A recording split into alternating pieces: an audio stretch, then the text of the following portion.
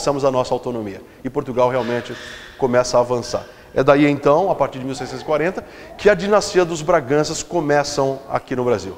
Tá complicado aí, pessoal? É difícil, né? É muito grande o tema, só para construir a plataforma para isso aí.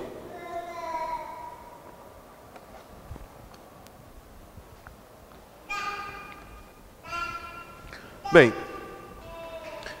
e aí nós estamos chegando no Brasil, mas antes de chegar no Brasil,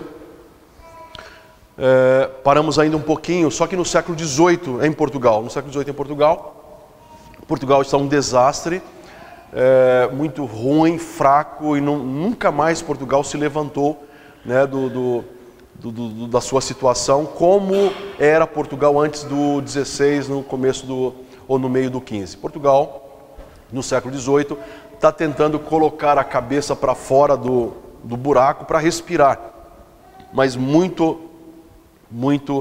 pobre, muito miserável, arcaico e superado. Finalmente, em 1750, aparece em Portugal, ou surge em Portugal, o famoso rei D. José I. D. José I, vale a pena você estudar a história desse rei, porque é no período que D. José I reina que aparece um homem chamado Sebastião José de Carvalho e Melo, o famoso Marquês de Pombal. Já ouviram falar do Marquês de Pombal? Esse homem, ele é fundamental para se entender a história de Portugal no 18 e para se entender a história do Brasil. Ninguém consegue contar a história do Brasil sem saber um pouco da história do Marquês de Pombal. O Marquês de Pombal levanta uma bandeira entre muitas, mas uma bandeira que ele levanta é a seguinte: destruir com o jesuitismo. Veja, mas o cara não é católico? Ele é católico. Ele é católico. Mas é impressionante como o Marquês de Pombal tem uma mente protestante. Eu vou dizer para vocês o seguinte: ele não assina os cânones de comportamento católicos ou protestante. Ele não assina, mas a mentalidade dele é protestante. E sabe como ele adquiriu essa mentalidade? Ele fez um estágio na Inglaterra por pelo menos 9 anos. Ele estudou minuciosamente a vida civil, militar, negócio, investimentos, estruturas de pensamento, universidade da Inglaterra. E não foi com o inglês não, foi através do francês. Ele não dominava o inglês, através do francês ele se apropriou de tudo aquilo que era Inglaterra. E a Inglaterra, nesse período, ela já está quase explodindo com a famosa Revolução Industrial, né? Ainda não, mas ela já está dando mostras de que vai ser a principal nação do mundo, e é protestante. E esse povo que as terras praticamente não produzem nada, são os senhores do mundo. Então o Marquês de Pombal, ele faz um estágio considerável e considerado ali, e volta para Portugal. Ao voltar para Portugal, D. José, que é o rei, o nomeia como o primeiro-ministro. Ele se torna o primeiro-ministro de Portugal, e como primeiro-ministro, ele vai agora reinar em Portugal. O rei vai dar cartas brancas para ele, e ele que vai comandar Portugal. Mas esse comando de Marquês de Pombal, coincidentemente se deu num evento, né? Um evento que foi uma catástrofe, o famoso terremoto de Lisboa. Esse terremoto se deu no 1º dia de novembro de 1755, acabou com Lisboa. Então os portugueses dizem que naquele dia, 1º de novembro de 1755, os portugueses foram afogados, foram esmagados e foram queimados, né? Foram esmagados por causa do terremoto, foram afogados por causa do tsunami que invadiu, e foram queimados porque as velas que estavam em todas as igrejas, né, aquelas igrejas mais altas, elas queimaram até o fim, e queimando até o fim, essas velas, elas provocaram incêndios em Portugal. E Portugal queimou. O que o camarada fez? Ele literalmente, quase que como um Messias, ele abre a sua tenda no meio dos escombros, literalmente. Ele foi para o meio da confusão das ruínas, abriu ali a sua tenda e ele começa a administrar. Aí nós lembramos da frase, né? Ele vai salvar os vivos, enterrar os mortos, vai fechar os portos, vai impedir o avanço da bandidagem na época e ele reconstrói Lisboa. Ele reconstrói Lisboa. Esse cara caiu na graça do povo português. E agora, com a autorização de Dom José I, ele vai comandar absolutamente Portugal. E ele tem dívidas com os jesuítas. Os jesuítas caíram na besteira de provocarem um regicídio. Através de um padre chamado Padre Malagrida, eles tentaram matar o rei e erraram. E o ódio do Marquês de Pombal se intensificou. O irmão de Marquês de Pombal, que está aqui no Brasil, na região do Grão-Pará, está escrevendo para eles: olha, é bom vocês tomarem providência porque os jesuítas estão tomando toda a região. Eles estão construindo aqui uma nação. Então o Marquês de Pombal pensou, consultou o rei e a ordem foi: extermina os jesuítas. E ele foi. Uma das coisas que ele faz: ninguém persegue judeu aqui no Brasil, aqui em Portugal. Ele vai diminuir a escravidão, ele vai criar dezenas de empresas. E ele vai olhar principalmente para os jesuítas. Expulsa os jesuítas em 1759 de Portugal. E em 1760 ele expulsa os jesuítas das colônias, inclusive do Brasil.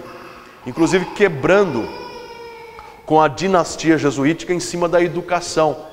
Então é o surgimento na verdade é o desaparecimento das escolas que são chamadas de escolas jesuíticas, e é o aparecimento das escolas régias, as escolas do governo. Começa aí, com essa saída dos jesuítas. Bem, outra coisa fantástica que o Marquês de Pombal vai fazer é a reforma da Universidade de Coimbra. Pessoal, era preciso estudar sobre isso. Se vocês tiverem oportunidade, estudem sobre a reforma pombalina na Universidade de Coimbra, aquela formada em 1290. É um negócio espantoso. Ele expulsa os jesuítas e ele reconstrói desde os estatutos a Universidade de Coimbra. E a grande pergunta que se faz, né? Se os professores jesuítas foram embora, quem é que vem? Vem uma ordem impressionante. Quando eu estive lá em Recife, eu entrei em uma dessas igrejas dessa ordem, a Ordem do Oratório. Ela é conhecida como a Ordem dos Oratorianos. Essa ordem é uma ordem que foi criada por Felipe de Neri, na Itália, em 1564, quando Trento terminou. E a ordem foi criada especificamente para ajudar o jesuitismo. Só que a ordem dos oratorianos, quando começou a caminhar com os jesuítas, falaram: opa, não dá certo não. Nós somos professores, nós recebemos a influência do jansenismo, que é uma tendência dentro do catolicismo, que é uma tendência do catolicismo, só que é uma tendência agostiniana. E há quem diga que o jansenismo seja o calvinismo, ou cripto-calvinismo dentro do catolicismo. E eles falam: nós somos galicanos. Então nós somos professores, nós caminhamos com a tendência filosófica e teológica de Agostinho, e nós amamos o catolicismo regional nacionalista, e não essa uniformalização, essa universalização do catolicismo, dos jesuítas. E esse é o nome que se dá a toda a nação que reivindica uma liberdade para o seu povo quanto ao catolicismo, né? Nós chamamos isso de galicanismo. Está ligado à Gália porque isso apareceu na França. E esses homens chegam. Eles chegam em Lisboa e vão fazer uma revolução sem precedente na história da cultura portuguesa, na história da educação portuguesa. O Marquês de Pombal é um paradoxo. Os jesuítas não suportam o Marquês de Pombal. A historiografia jesuítica e até mesmo a historiografia marxista não citam o Marquês de Pombal, mas o Marquês de Pombal, ele foi personagem assim dos mais importantes, dos mais brilhantes na história de Portugal e da Europa. Só para vocês terem uma ideia, essas atitudes de Portugal com relação aos jesuítas contagiou a Espanha. A Espanha também expulsa os jesuítas. A França expulsa os jesuítas. A Itália expulsou os jesuítas através do decreto do Papa Clemente XIV. Deem uma olhada na história do Papa Clemente XIV. E, coincidentemente, vocês nunca vão encontrar na história dos papas o Clemente XV. Não vai encontrar. Parou no 14. Sabe o que o Papa fez, o Clemente XIV? Ele extinguiu a ordem dos jesuítas, né? Lá por volta de 1773, que é um capítulo que ninguém conta da nossa história, mas muito importante. E vejam, os jesuítas expulsos desse país foram buscar refúgios nos países protestantes. Entraram no leste europeu e entraram nas estepes da Rússia. E por lá permaneceram por muitos anos. Até que 80 anos depois eles foram reconstituídos. Então é um momento importante. Bem, as características do Marquês de Pombal são fenomenais, né? As marcas do seu trabalho também. O que ele constitui? Ele constitui uma nova escola, a Escola de Lisboa. Essa Escola de Lisboa, a Universidade de Lisboa, é muito parecida com a Universidade de Lyon, na França, que é muito parecida com a Universidade de Montpellier, na França. Essas três universidades, elas são jancênicas, galicanas e oratorianas. E sabe o que esses caras leem? Eles leem literatura protestante, em abundância, em abundância. Lyon, Montpellier e Lisboa. Com os oratorianos, os livros, né, os projetos eram protestantes. Um negócio fantástico. E uma série de autores portugueses, eles vão dizer, na história de Portugal, nunca, na história da educação em Portugal, nunca tivemos um período tão grande, tão nobre, como esse finalzinho aí do século XVIII. Então vejam, né? Uma nova realidade se estabelece, tolerância, até mesmo para protestantes, para judeus, né? Ele diz o seguinte, olha, famílias portuguesas vão ter que apresentar aí um filho para casar com os judeus, para acabar com essa história de perseguição de judeus aqui entre nós. Foi realmente um homem visionário, né? E adorado em Portugal. Ele é adorado em Portugal, mas odiado pelos jesuítas. E o Brasil pouco se fala sobre ele. Esse camarada, então, ele constrói essa nova mentalidade em Portugal, que chega no Brasil. E o pensamento oratoriano vai chegar através de Azeredo Coutinho, que é um católico jancênico galicano, que se estabelece no seminário de Olinda. Se vocês tiverem oportunidade, dê uma olhada, nós não temos tempo para isso aqui. Mas o pensamento oratoriano chega no Brasil através de Olinda. Bem, o que acontece em seguida é que o rei D. José morre, o Marquês de Pombal também sai de cena e entra a filha de D. José, que é a Maria, chamada Maria Louca, ou também chamada Maria a Reviravolta. Ela odeia tudo o que o Marquês de Pombal fez e ela vai tentar desfazer, por isso que é chamada de Reviravolta. No entanto, não tinha jeito, a mentalidade já estava sedimentada por algum tempo e vejam o que ocorre. A jovem elite brasileira, aqueles que conseguem estudar no Brasil, vão para Portugal estudar, agora sob a nova orientação dos oratorianos. Ou em Lisboa, ou em Montpellier, ou em Lyon. E uma nova mentalidade, em termos de liberalismo filosófico e teológico, vai se dar, se bem que no número muito pequeno, entre os brasileiros. Né? Muitos deles, né, o patriarca da nossa independência, ele é um desses que buscou essa orientação lá em Portugal. E vejam o que ocorre, né? Com a mudança do 18 para o 19, surge uma nova potência. Essa nova potência começa a surgir a partir da Revolução Francesa, e essa nova potência ela se torna mais evidente com Napoleão Bonaparte, a França. Em 1808, a França já está dentro de Portugal, com o general Junot. E agora a França está dando um checkmate para Portugal. Ou vocês se rendem, ou vocês vão morrer. E Portugal teve a chance de se alinhar com a França, mas Portugal disse não. Nós preferimos manter fidelidade à Inglaterra. E da noite para o dia, cerca de 15 mil nobres se levantaram diante de uma população bestializada, conforme José Murilo fala, né? E aquela gente, eles entraram nos navios e se precipitaram, né? Uma escolta portuguesa, a escolta inglesa, segurando em mar, e eles vão chegar aqui no Brasil. Vão chegar no Brasil, a família real no ano de 1808, a família real chega, a rainha é Maria, ela está um pouco incapaz, demente, e no lugar dela, quando começa a administrar, está o seu filho regente, né? O filho regente que é D. João. Não é o D. João VI ainda, porque ele não é rei, é príncipe regente. Se estabelece, o Rio de Janeiro já é capital da colônia, que anteriormente era Salvador, desde 1763, graças ao decreto do Marquês de Pombal. E há uma tempestade, parte da tripulação vai para Salvador, a outra para o Rio de Janeiro. E finalmente, Rio de Janeiro, D. João VI se estabelece aqui. A família real chegando no Brasil, eles trazem um pouco de modernidade, trazem um pouco dessa mentalidade, né? A nobreza que chega, eles chegam com ares, né, de todos esses projetos revolucionários produzidos pelo Marquês de Pombal. Se bem que a rainha tenta com forças impedir a disseminação desse pensamento. Chegando no Brasil, eles se estabelecem, finalmente o ano de 1810. Em 1810, os ingleses, amigos dos portugueses, vão conversar com os portugueses e vão entrar em acordo. E a questão é, nós queremos ter liberdade religiosa no Brasil. E eles estabelecem um documento que é fundamental para a história do protestantismo. É um tratado chamado Tratado de Comércio e Navegação. Se vocês apertarem o Francisco aqui, depois ele arranja esse tratado para vocês.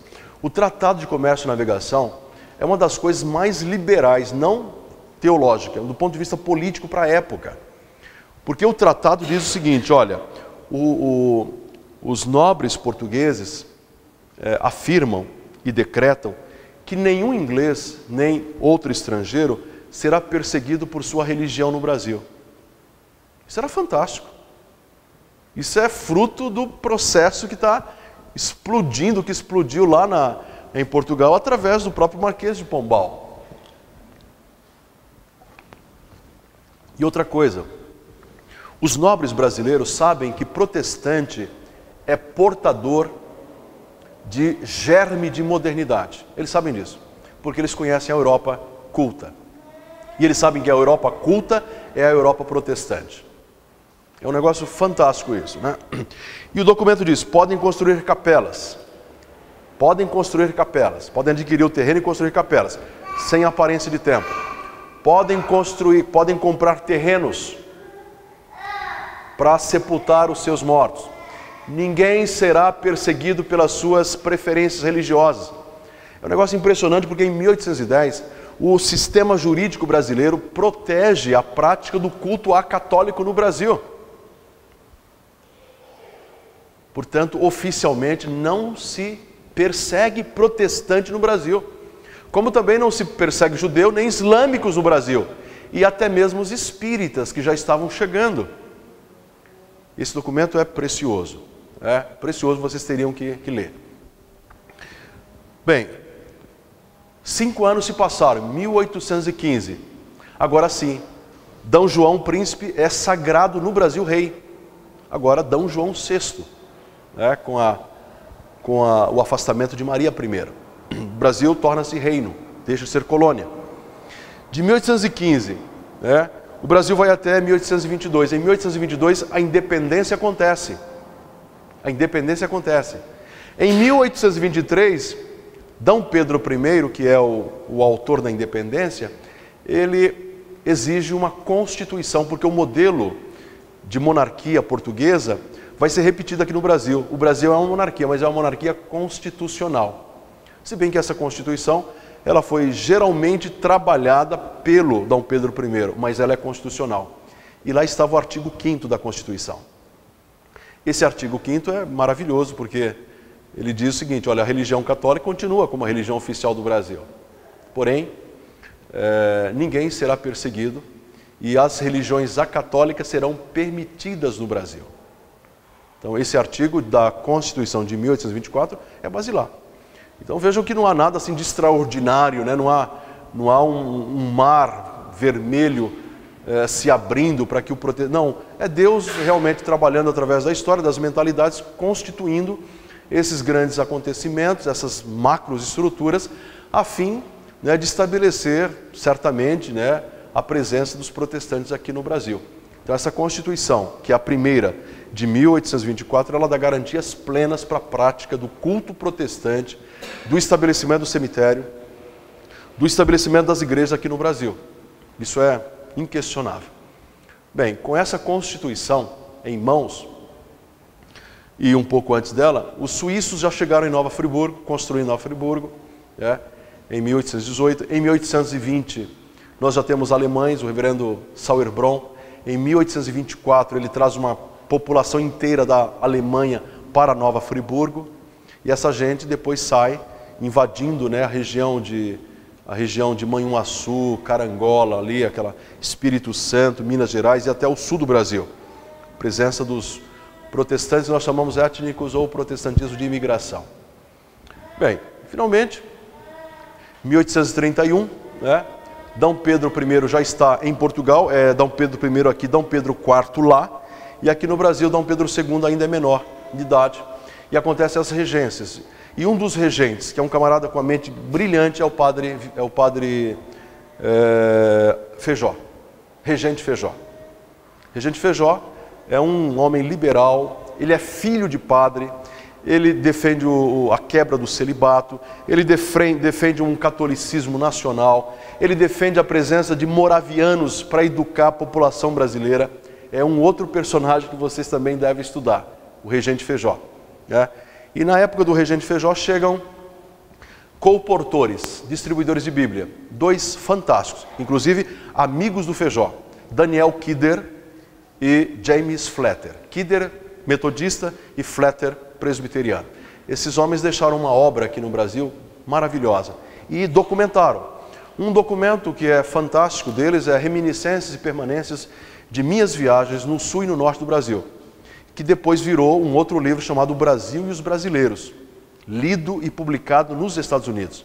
Eles realmente fizeram um trabalho extraordinário aqui no Brasil, divulgando o Evangelho, promovendo a distribuição de Bíblias e evangelizando. Trabalho maravilhoso. E com esses homens, a Igreja Metodista Episcopal foi a primeira igreja missionária americana que se estabelece no Brasil. Infelizmente, eles não conseguiram ficar. Em 41, finalmente, assume o governo brasileiro Dom Pedro II. E aí o Brasil já está um pouco mais suavizado, as perseguições, quando acontecem, são localizadas, e é quando nós começamos a receber igrejas mais estruturais. O Dr. Calley saiu da Ilha da Madeira, quase morreu lá, foi para os Estados Unidos. O seu filho, João Gomes da Rocha, narra fatos fantásticos dos discípulos de Calley chegando nos Estados Unidos. E Calley, que é presbiteriano, inclusive a teologia presbiteriana, ao chegar no Brasil ele entendeu que o modelo presbiteriano era muito complexo para se estabelecer igreja, e aí ele opta pela igreja, pelo modelo congregacional. Ele não é pastor ainda, mas ele se estabelece no Brasil em 1855, e a Igreja Evangélica Fluminense aparece em 1858. Calley se estabeleceu. Os presbiterianos chegam, E aí é bem rápido, quem sabe uma próxima vez aí para falar sobre os presbiterianos. Mas os presbiterianos chegam no dia 12 de agosto de 1859, e quem traz o presbiterianismo para o Brasil é um jovem presbiteriano que nasceu em Wester Hanover, nos Estados Unidos, no dia 20 de janeiro de 1833. O avô de Simonton, ele pastoreou uma igreja por 58 anos lá. O pai dele foi deputado estadual por 2 vezes, o Dr. William. A sua mãe, a dona Marta, uma crente, são de famílias presbiterianas. Os presbiterianos já se encontram nos Estados Unidos desde o começo do século XVIII. O colégio de New Jersey, fundado em 1742, depois absorveu a universidade, o seminário de Princeton, que é datado de 1812. E Simonton começou a fazer o seu curso em Princeton, terminou o curso. Ele era de uma família de 12 irmãos, 3 morreram, 9 permaneceram, 4 mulheres, 5 irmãos. Ele é o irmão caçula. E quando nasceu, a mãe o ofereceu a Deus em voto para ser ministro. E aí que ele chega no Brasil, muito jovem, estabelece no Rio de Janeiro, e tem os marcos dele. Ele inaugura a primeira igreja em 62, do Rio de Janeiro. Em 64, ele tem um problema porque morre a esposa dele, ele tem que criar uma filhinha, e a filhinha ele coloca nas mãos da sua irmã. Ele constrói, organiza o primeiro jornal presbiteriano, evangélico no Brasil, que é datado de 5 de novembro de 64, chamado Imprensa Evangélica. Ele ajuda a organizar a primeira igreja presbiteriana de São Paulo em 5 de março de 65. Ele ajuda a organizar a primeira igreja do interior de São Paulo, que é Brotas, em 11 de novembro de 65. No dia 16 de dezembro de 65, na rua Líbero Badaró, eles organizam o primeiro presbitério com as 3 igrejas, Brotas, São Paulo e Rio. Então, o primeiro presbitério da igreja presbiteriana é chamado Presbitério do Rio de Janeiro, e ele foi organizado no dia 16 de dezembro de 1865. No dia 17 de dezembro, o jovem, o ex-padre, chamado José Manuel da Conceição, foi recebido como aspirante. Ele pregou um sermão muito interessante em Lucas capítulo 4, 18 e 19, e ele foi ordenado primeiro-ministro brasileiro da igreja presbiteriana, o ex-padre José Manuel da Conceição. E vai abrir dezenas de igrejas aqui no interior de São Paulo, passando até pela Zona Leste, né? Há relato dele passando aqui pela região da Zona Leste, Conceição. Em 67, em maio de 67, Simonton organiza um seminário nacional da igreja presbiteriana.